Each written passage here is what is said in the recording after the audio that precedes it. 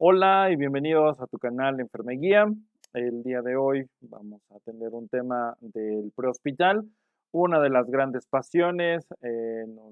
Nos importa mucho el área prehospitalaria. De hecho, iniciamos la actividad de atención de pacientes en el área hospitalaria. Entonces, la verdad es que es un lugar que apreciamos mucho y que nos da mucho gusto también compartir un poco de ello. El día de hoy vamos a analizar la evaluación del paciente relacionada a la secuencia general del manejo de la vía aérea. Es en lo que nos vamos a centrar el día de hoy. Todo personal de la salud debe de entender que la vía aérea tiene que ser evaluada, atendida y reevaluada en todos los pacientes. Todos los pacientes tienen una vía aérea y todos los pacientes requieren de una atención. Entonces vamos a pensar en una secuencia general de los pacientes para poder generar la atención propiamente de la vía aérea, ¿no? Entonces, con lo que nosotros, pues a lo que nosotros nos vamos a enfrentar en este momento. Bien, tenemos, tenemos que realizar para la evaluación de la vía aérea el análisis de las situaciones que debemos de pensar en el prehospital. Algunas son bastante conocidas, pero llegaríamos a esta secuencia general. Bien, pues para comenzar, vamos a pensar en la evaluación primaria de nuestro paciente y es aquí donde nosotros vamos a generar la atención de la vía aérea. Tenemos entre las recomendaciones la evaluación de la escena. Los escenarios deben de ser seguros para nuestra intervención o deben de buscar la forma de hacer seguro el escenario para poder tener una intervención adecuada con el paciente o con los pacientes. Hay que determinar la naturaleza de la enfermedad, qué es lo que está precipitando la condición, si se trata de una enfermedad o si se trata de un trauma, también qué es lo que precipitó las lesiones y cuál ha sido el mecanismo de lesión al cual se ha enfrentado nuestro paciente. La cantidad de pacientes determina la cantidad de recursos que nosotros vamos a estar solicitando y estos recursos que son necesarios o no frente a la atención de nuestro paciente. Una vez que tenemos esta primera evaluación inicial contemplada, tenemos dos áreas hacia donde nuestros pacientes se van a poder dirigir, que sería el paciente que está consciente y el paciente que está inconsciente. En cualquiera de los dos casos van a requerir de un manejo de la vía aérea y no nos vamos a detener demasiado en el ABC inicialmente para nuestro paciente.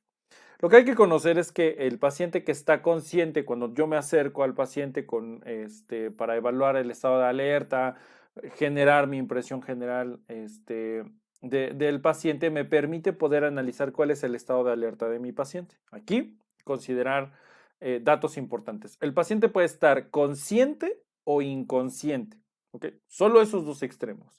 Lo que está en medio de estos dos extremos son alteraciones del estado mental. El paciente va a estar estuporoso, obnubilado, comatoso, somnoliento, que se determinan como estados neurológicos alterados, pero no hay un intermedio claro entre la conciencia y la inconsciencia. Hay varias formas en las que el estado mental puede estar alterado. En el caso de que el paciente está consciente, tengo que analizar la vía aérea, permeabilidad de la vía aérea y manejo de la vía aérea. Después, evaluar la ventilación del paciente y al último, determinar si existe alguna condición sobre la circulación, coloración de la piel, perfusión, llenado capilar, etcétera. Además de la búsqueda de hemorragias. En el caso del paciente inconsciente, evaluamos inicialmente el pulso para saber si no está en paro cardíaco. Si está en paro, iniciamos maniobras de RCP, que de hecho en el canal tenemos un video sobre reanimación cardiopulmonar. Tenemos también un video sobre una práctica que hicimos, entonces tienen aquí un poquito más de información en el canal para poder revisar. Y la apertura y manejo de la vía aérea y la ventilación, ¿no? El poder administrar estos dos. Estaríamos centrándonos en estos dos elementos, en la apertura y mantenimiento de la vía aérea y el manejo de la vía aérea. Para ello, existe una evaluación y manejo general para la vía aérea. En el paciente que está inconsciente, posiblemente, o en el paciente que está consciente, hay que determinar algunas medidas. Lo primero es que del paciente que está inconsciente, ya sea por con una condición exacerbada clínica o una condición traumática o aquella situación que haya precipitado su condición del paciente, debemos de primero colocar al paciente en posición supina, ¿sí? Como encontremos al paciente, sabemos que en el prehospital van a existir diferentes escenarios, entonces tenemos que llevar al paciente en posición supina. Si el paciente está consciente, tendríamos que ponerlo en una posición cómoda, sobre todo en mucha característica en posición semi-Fowler para poder hacer el manejo de nuestro paciente o mantener una vía aérea inicial. Una vez que colocamos al paciente en posición supina, podemos realizar algunas intervenciones. Primero, si el paciente está inconsciente, vamos a mover al paciente cuidando el control cervical, ya que todavía probablemente no hemos encontrado algo y necesitamos poder hacer este manejo y evaluación correcta de la vía aérea. Después, vamos a colocar al paciente en posición anatómica o una posición confortable para el paciente en caso de un paciente consciente. Colocar lo antes posible un oxímetro de pulso. Es importante que en este primer momento ya empecemos a buscar la monitorización de nuestro paciente. El oxímetro de pulso es una buena herramienta que vamos a poder utilizar en este momento. En el segundo paso, vamos a realizar una apertura manual de la vía aérea. Vamos a utilizar esta mnemotecnia que se conoce ampliamente que es Mametra, que es el manejo manual, mecánico y transtraqueal de la vía aérea. Entonces, la permeabilidad va a ser a través de un método manual inicialmente, ¿sí? Todas las vías aéreas requieren de todos los elementos. Vamos a poder utilizar la inclinación de cabeza y levantamiento del mentón. Vamos a poder utilizar también la tracción mandibular en caso de que sospechemos de algún trauma cervical. Y eso será con base en los hallazgos que nosotros tenemos, ¿sí? Algo que nos gusta decir mucho es que la evaluación de más de un solo elemento es la mejor forma de determinar los tratamientos que va a recibir nuestro paciente, ¿sí? De repente creemos que algunos algoritmos son cerrados solamente en la toma de decisiones porque tienen algún tipo de parámetro, pero la realidad es que los algoritmos solamente están diseñados para que nosotros podamos definir la toma de decisión, pero no utilizando solamente un parámetro como lo puede ser un parámetro numérico, ¿no? En este caso en la vía aérea, si respira menor a 12 o mayor a 30, entonces iniciamos ventilaciones a presión positiva. La realidad es que no funciona así. Te da un parámetro para tomar decisiones, pero requieres de más elementos para tomar una decisión, solamente te da vertientes. Entonces, tampoco estamos en contra de los algoritmos, funcionan bien, pero a veces los interpretamos de forma equivocada. Tenemos entonces la evaluación de la vía aérea.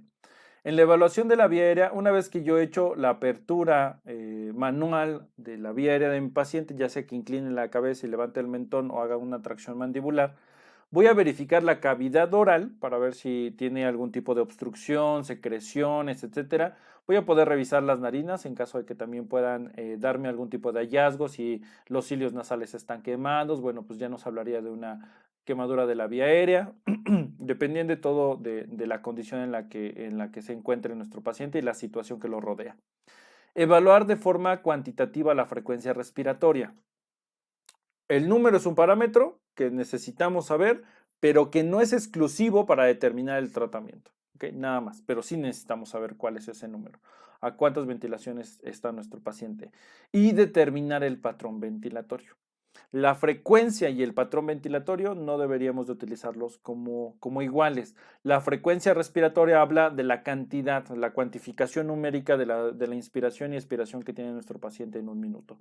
El patrón ventilatorio habla de la condición respiratoria que tiene nuestro paciente, si el paciente está taquipneico, si el paciente está en apnea, si el paciente tiene una respiración de Cheyne-Stokes, si el paciente tiene una respiración de Biot, si el paciente tiene una respiración de Kussmaul, en donde la profundidad aumenta, en donde la velocidad aumenta y disminuye hasta llegar a la apnea con nuestro paciente. Eso es evaluar el patrón ventilatorio, ¿sí? ¿Cuál es la condición respiratoria? Y poder identificar puntos de dificultad respiratoria, tirajes intercostales, poder verificar si el paciente tiene retracción shifoidea, si tiene aleteo nasal, si hay algún tipo de sonido audible, como lo hacen las evaluaciones de Silverman para la dificultad respiratoria. Entonces, Nuestros pacientes requieren de ello, ¿sí? Y esto depende, como mencionamos hace un ratito con esta evaluación de Silverman, pues también de las etapas de la vida de nuestro paciente y de las características que nos va a ofrecer. Eso nos empieza a dar mayor cantidad de información. Con esta información tenemos dos situaciones que pueden aparecer más o menos de forma simultánea. ¿Qué sería el siguiente? Sería la colocación de un método mecánico para mantener la vía aérea permeable si es que se tiene ausencia de condiciones protectoras de la vía aérea, que estaríamos buscando deglución y la tos. Si estos dos están ausentes y existen algunas otras pruebas para poder evaluar si la vía aérea es permeable, tiene algún tipo de respuesta, poder utilizar ahora un elemento mecánico. ¿Qué elementos mecánicos tenemos a disponibilidad? Bueno, podemos tener una cánula nasofaringea, si el paciente tiene alguna alteración en el estado mental, ¿sí? Si está en estos intermedios, subnubilado, estuporoso y demás, una cánula orofaringea, si el paciente no tiene ningún reflejo protector de la vía aérea, o si la situación así lo puede determinar, la consideración de elementos supraglóticos, ¿no? Para poder mantener una vía aérea permeable y una vía aérea avanzada también es considerado los elementos supraglóticos, y un gran beneficio es que son de inserción a ciegas, lo cual requiere de entrenamiento por el personal, pero la aplicación es bastante sencilla. Después, de forma simultánea entre la vía aérea manual y la mecánica, estamos observando la condición respiratoria de la cavidad oral, sobre todo en el caso de que el paciente requiera aspiración de secreciones. Ahora, las secreciones que el paciente va a poder presentar puede ser sangre, puede ser vómito, puede ser solo saliva, puede ser algún otro tipo de líquido con el cual el paciente tuvo contacto. Por ejemplo, si era un paciente que estaba en sumersión en una alberca, bueno, al retirarlo podría tener un poco de agua, o podríamos encontrar un poco de agua en la vía aérea, todo depende de la situación. Extraer las secreciones que el paciente pueda tener a través del aspirado es fundamental para poder permeabilizar correctamente la vía aérea. Consideren que al momento de permeabilizar a través de la aspiración, tenemos previamente que evaluar todo nuestro equipo. Nuestro aspirador, debemos de tener agua inyectable o solución salina a la mano para poder permeabilizar la aspiración de las secreciones. Tenemos que tener sondas de diferentes tamaños con composiciones diferentes entre blandas y rígidas. Vamos a considerar medidas generales de bioseguridad, definitivamente, porque esto puede generar aerosoles. Y vamos a mantener la aspiración de la vía aérea unos 10 segundos o más si es que tenemos una gran cantidad de secreciones. Antes de aspirar las secreciones, podemos estar oxigenando de forma pasiva al paciente, poner unas puntas nasales a unos 6 litros por minuto y estar oxigenando de forma pasiva a nuestro paciente mientras hacemos el procedimiento. Lo que no se recomienda es ventilación a presión positiva. Al ventilar al paciente voy a hacer que los líquidos se muevan hacia otro espacio. Si es el mejor de los casos, se iría hacia el estómago, pero en el peor de los casos se va hacia la vía aérea y eso genera mayor complejidad. Entonces, aspirar las secreciones es muy importante. Una vez que termino de aspirar, tengo que aspirar un poco de esta solución, ya sea agua inyectable o solución salina, para permeabilizar el catéter de aspiración y que no se tape, ¿no? Es importante estarlo haciendo durante el proceso de la aspiración. Una vez que hemos hecho el control de la vía aérea, vamos a tener dos vertientes de atención. No entraremos a demasiada profundidad, pero entender que podemos tener en el prehospital varias formas de atender la vía aérea. Una de ellas es la oxigenoterapia para el paciente y la otra sería el apoyo mecánico ventilatorio del paciente, porque el esfuerzo es deficiente lo que ya está teniendo el paciente, o el paciente no tiene ningún mecanismo ventilatorio y nosotros necesitamos reemplazar el proceso ventilatorio, ¿no? La mecánica propiamente. Entonces, en la oxigenoterapia vamos a ubicar la necesidad del paciente con los hallazgos previos: la frecuencia respiratoria, la dificultad respiratoria, los patrones ventilatorios, las características clínicas que el paciente nos ofrece, el interrogatorio, los signos vitales y demás. Ahorita nos estamos concentrando solamente en el manejo de la vía aérea. Y recordarles que más oxígeno no siempre es mejor. Los pacientes pueden tener fracaso respiratorio porque las demandas en volumen no se pueden satisfacer con el dispositivo que le ponemos. Por ejemplo, si un paciente está buscando satisfacer alrededor de 30 litros por minuto y nuestra capacidad máxima con el dispositivo que tenemos es de poderle administrar 15 litros por minuto, entonces la condición respiratoria va a fracasar o el dispositivo va a fracasar porque el paciente tiene una demanda mucho más alta que ella. Además, otros pacientes, como puede ser el paciente que se está infartando o que tiene algún tipo de dolor precordial de tipo anginoso que puede decirnos que se trata de un infarto, no requiere de altos volúmenes de oxígeno porque la condición no es el oxígeno, sino la isquemia coronaria que se está teniendo en ese momento. Entonces, estos pacientes ni siquiera necesitan oxígeno si la saturación está normal, ¿no? Que es otro de los parámetros que ya estaríamos evaluando. Entonces, considere que más oxígeno no siempre es mejor. Busquemos determinantes. Si el paciente debe de mantener una oxigenación entre 94 y 96% sin presencia de algún tipo de síndrome respiratorio, y si el paciente tiene algún tipo de síndrome respiratorio, entre 88 y 94% son las líneas que deberíamos de poder mantener. No queremos llevarlo a parámetros normales solamente con la administración de oxígeno. No puede ser posible en algunos de los casos. Y el siguiente tratamiento es la ventilación a presión positiva, ¿sí? ¿Qué materiales necesito? Bueno, pues necesito una bolsa de reanimación o un BVM, como lo tengan denominado.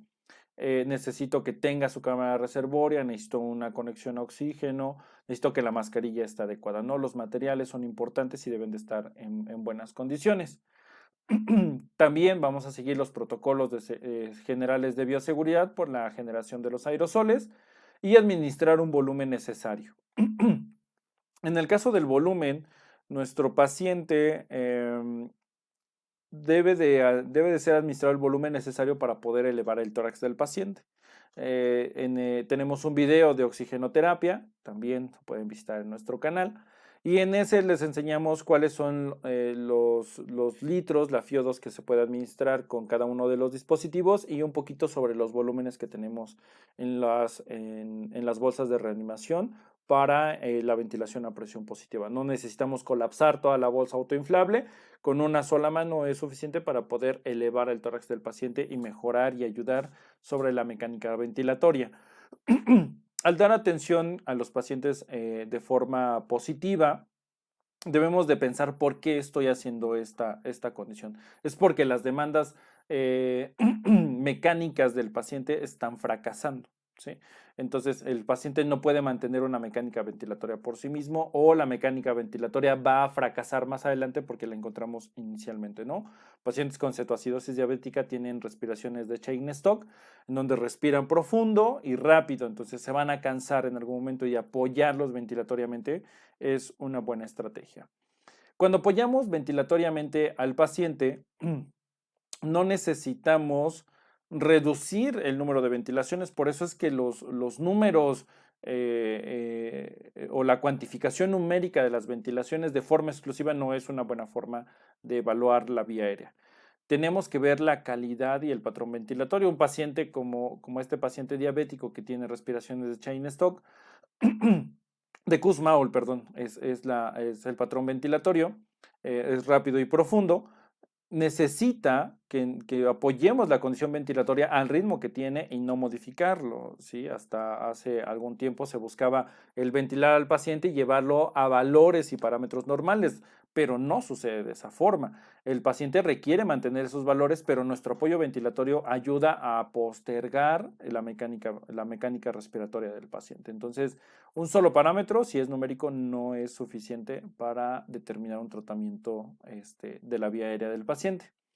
Y si es posible, en el BVM existen algunas válvulas que le podemos colocar y que le van a permitir mantener una presión continua en la vía aérea y evitar la atelectasia para nuestro paciente. Entonces, la determinación de estos tratamientos es muy importante en esta secuencia general. Bien, pues nos estamos saludando en la siguiente entrega. No olvides suscribirte al canal, comparte estos videos con tus compañeros, con tus amigos. Vamos a estar generando mayor cantidad de contenido. Déjanos en los comentarios qué otros temas quieres ver. Tenemos algunas otras secciones. Presentamos infografías, ya hemos presentado algunas. También estamos haciendo los anecdotarios, que se van a poner muy interesantes. Pero que queremos aterrizarlos de forma comprensible. Entonces, activa la campanita para que te lleguen las notificaciones desde el teléfono, la computadora, desde donde estés. Ahí nos vemos en la siguiente entrega. Cuídense mucho, colegas. Saludos.